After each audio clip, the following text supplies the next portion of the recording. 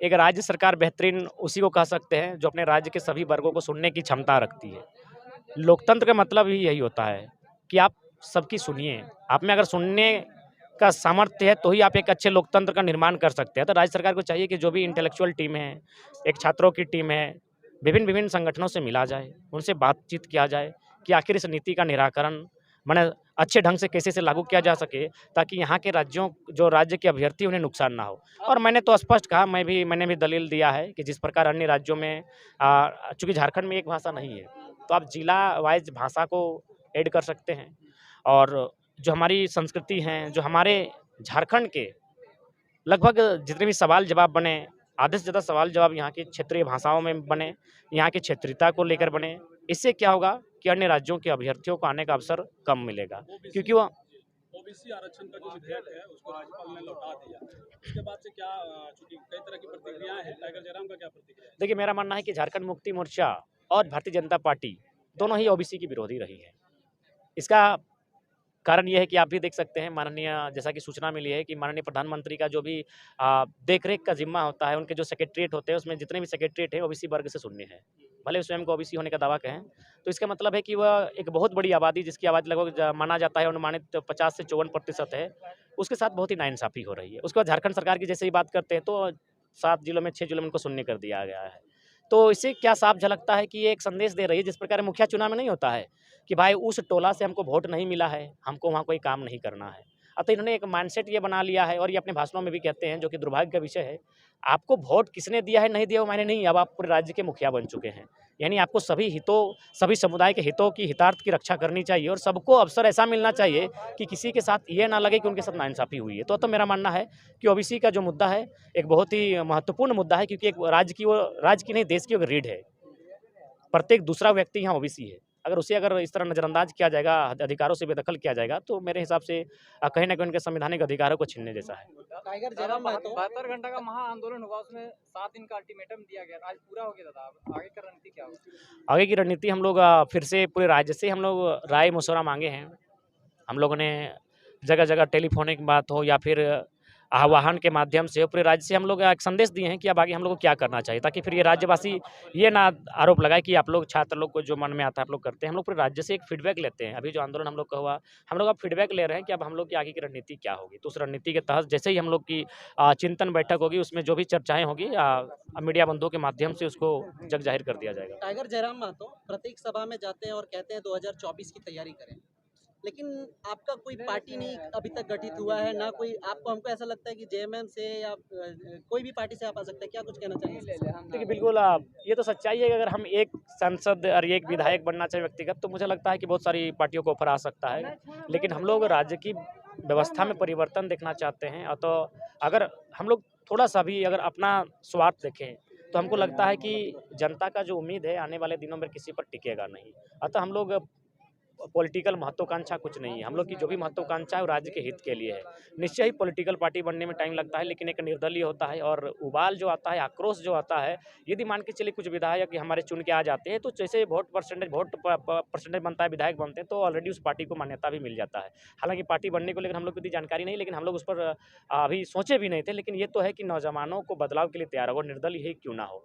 क्योंकि हमारा मानना ये है कि आज अगर हम नई पीढ़ी को अगर मौका नहीं देते हैं, तो ऐसे ही राज्य का नुकसान होता रहेगा और अगर राज्य का नुकसान होता रहेगा तो फिर इस राज्य को एक दिन लूटने से कोई नहीं बचा सकता। इसलिए 2024 की तैयारी करनी चाहिए और मुझे लगता है जब नियति ने इस आंदोलन को खड़ा किया है, तो नियति कोई ना कोई बैकअप प्लान तो तौर पर कुछ ना कुछ चीज़ें देखने को मिल जाएँगी। दादा, रोड में जिस तरह से छात्र लाठी खा रहे हैं और यहाँ के विधायक मंत्री भोग विलास में व्यतीत कर रहे हैं, क्या कहेंगे आप?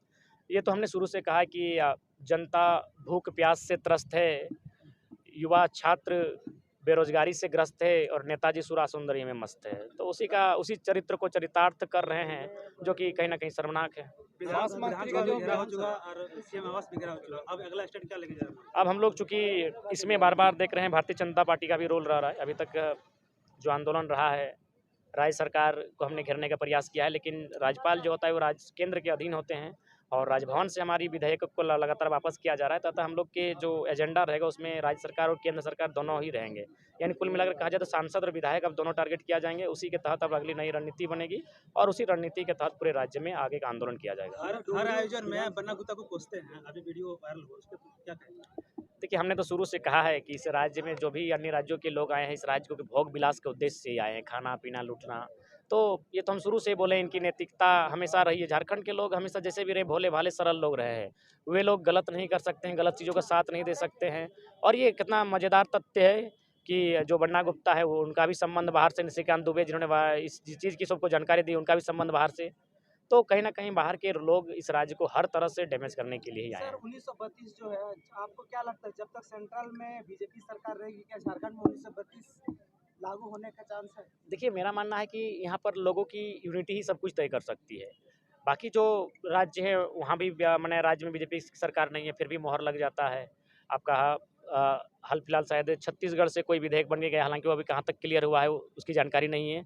लेकिन ऐसा नहीं है, लेकिन वहाँ अगर सहमति इसलिए बन जाती है कि वहाँ जो राज्य की जनता है वो कहीं ना कहीं जागरूक है, वो अपने वोट के महत्व को समझती है। लेकिन झारखंड की जनता जागरूक नहीं होने के कारण हमारे साथ, विधानसभा को आप किस रूप में देखते हैं? आप अपने किस्मत आजमाना चाहेंगे? देखिए, हम लोग अवसरवादी नहीं हैं।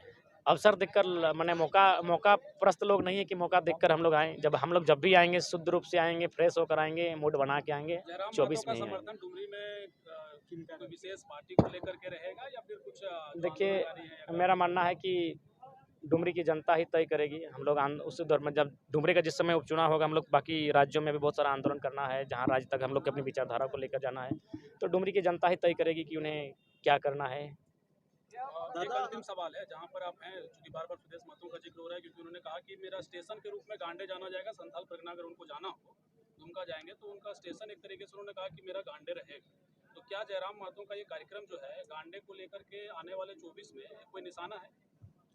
देखिए, मैंने स्पष्ट कहा है कि हम लोग का उद्देश्य पूरे राज्य में जो एक आइडियोलॉजी सामने आई है, व्यवस्था परिवर्तन, या फिर जो लोगों को हम लोग बारीकी से छोटी-छोटी महीन चीज़ों को समझा रहे हैं, नीतियों को लेकर, खासकर नीति, किस प्रकार कोल नीति बाकी राज्यों में है, एनसीएल, एमसीएल काम कर रही है और हमारे राज्य में गलत नीतियों के साथ काम करती है।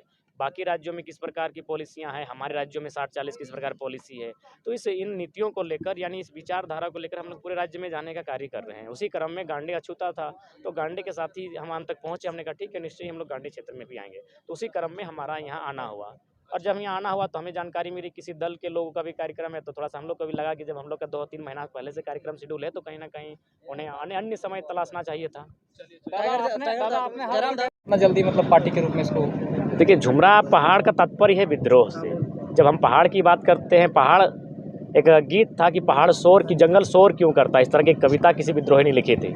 तो जब हम पहाड़ और जंगलों की बात करते हैं, इसका मतलब हम विद्रोह की बात करते हैं। विद्रोह की बात करते हैं, इसका मतलब हम कहते हैं कि जब लास्ट में कुछ नहीं बचता है इंसान के पास, कि मरता क्या नहीं करता। ऐसे भी आज देखिए कोयलांचल की क्या स्थिति है, भूख, बीमारी, बेरोजगारी, गुंडई, रंगदारी, माफियागिरी से भर चुका है। लाशों से सजा नज़र आता है, प्रत्येक 2 महीने 3 महीने में हत्याएं, चोरी, छिनतई जैसी घटनाएं घटती हैं। तो जब हम ऐसे ही मारे जा रहे हैं, ज़मीन हमारा, जंगल हमारा, साधन हमारा, संसाधन हमारा, कभी सशरीर मारे जा रहे हैं, कभी नीति बनाकर मारा जा रहा है, नियोजन छीना जा रहा है, तो इसीलिए हम बार बार कहते हैं कि एक बार संविधान से लड़ा जाए। यानी जो भी पॉलिसी है, संविधान का मतलब है राज्य सरकार से ये बात किया जाए कि भाई बिहार की संवैधानिक नियोजन नीति क्या है, यूपी की संवैधानिक नियोजन नीति क्या है, उसी संवैधानिक नियोजन नीति झारखंड राज्य में बने। दूसरी मतदान से, क्योंकि लोकतांत्रिक देश है, 24 से मतदान का प्रयोग करके एक अच्छे युवाओं को आगे भेजे, और नहीं तो जब कुछ नहीं बचता है तो विद्रोह किया जाए। कम से कम विद्रोह से आने वाली पीढ़ी कुछ तो बचेगी। नहीं तो एक दिन झारखंड जैसा परिस्थिति आप देख रहे हैं, 80 को कोल ब्लॉक आवंटन हुआ है, 80 को से 101 आसपास, तो मुझे लगता है सिर्फ खंडहर बन के रह जाएगा। आप कभी भी चले जाए गोंदलपुरा, कर्णपुरा, बड़का गांव के क्षेत्रों में, वहाँ हाल फिलहाल हम गए थे, वहाँ सुने कि कोई पुलिस के लोग आकर एक आदमी को बोल रहे हैं कि घर मत बनाओ, यहाँ माइंस खुला है, और माइंस जब चौड़ीकरण इसका होगा, विस्तारीकरण, तो आपका ज़मीन लिया जाएगा। अरे बेटा, ज़मीन मेरा है और हम घर नहीं बनाएंगे। यानी सोचिए कि कितना गलत तरीके से यहाँ कोई भी पॉलिसी को एस्टेब्लिश किया जा रहा है। तो इसीलिए जब मर तो ऐसे रहे हम लोग, ज़मीन जगह खेत खलिहान छीनिए रहा है, तो एक जोरदार विद्रोह हो, कम से कम 1% लोग भी अगर विद्रोह में शामिल होते हैं और शहादत भी पा जाते हैं, तो कम से कम आने वाले 1000 सालों तक झारखंड सुरक्षित हो सर, एक जाएगा। लास्ट क्वेश्चन है, आपको क्या लगता है झारखंड में जो भी नियोजन नीति हो गया, 1932 हो गया, नेशनल मीडिया सर कवर नहीं नहीं कर रही है, जो बिल्कुल। भी है सारा का सारा लोकल है सर हम लोग। देखिए हाँ, ये इसीलिए हम धन्यवाद देंगे हमारे जितने भी लोकल्स मीडिया हैं, social media, print media, digital media. National media इसलिए नहीं कि नेशनल जो लोग हैं उन्होंने हमेशा झारखंड के साथ भेदभाव किया है, चाहे दिल्ली में बैठी सरकार हो या दिल्ली में बैठी मीडिया हो, उन्होंने हमेशा यहाँ के भेदभाव किया है। अभी देखिए आप, इतना दिन से आंदोलन और आज तक कभी ब्रेकिंग न्यूज़ नहीं बना। एक छोटा सा जमशेदपुर में कोई धार्मिक इशू हुआ, वो नेशनल न्यूज़ बन चुका है। तो इसका मतलब है कि जो झारखंड के जनमानस का जो राइट है वो कहीं नहीं चाहती कि नेशनल मीडिया भी दिखाया जाए, क्योंकि जो नेशनल मीडिया है आखिर किसी न किसी रूप में उनको भी कहीं ना कहीं से जो पॉलिटिकल लोग हैं उनका संबंध है, और ये तो सच्चाई है। आप देख सकते हैं अभी सत्यपाल जो मलिक है राज्यपाल, उनका स्टेटमेंट नज़र नहीं आ रहा है। जो महाराष्ट्र में गृह मंत्री की सभा हुई, लू में बहुत लोग मारे गए, वो न्यूज़ में नहीं दिख रहा है। तो न्यूज़ का स्पष्ट संदेश है कि वो सत्ता के अधीन है, और जो लोग सत्ता में वो कभी नहीं चाहेंगे कि झारखंड के चीज़ों को लोगों तक बताया जाए। इसीलिए हम लोग चाहेंगे कि काश अगर झारखंड की चीज़ों को बताया जाता तो हमको लगता है KGF एक है, यहाँ हमको लगता है कम से कम सैकड़ों KGF जैसा मूवी बनता है, इतना अन्याय झारखंड में हुआ है। तो चूँकि नेशनल चीज़ न्यूज़ नहीं बन पा रहा है, ये बहुत बढ़िया सवाल था। तो नेशनल न्यूज़ इसीलिए नहीं बन पा रहा है कि जो भी लोग सत्ता में वे लोग नहीं चाहेंगे कि यहाँ के लोग की दुख और दर्द को पूरा दुनिया, पूरा देश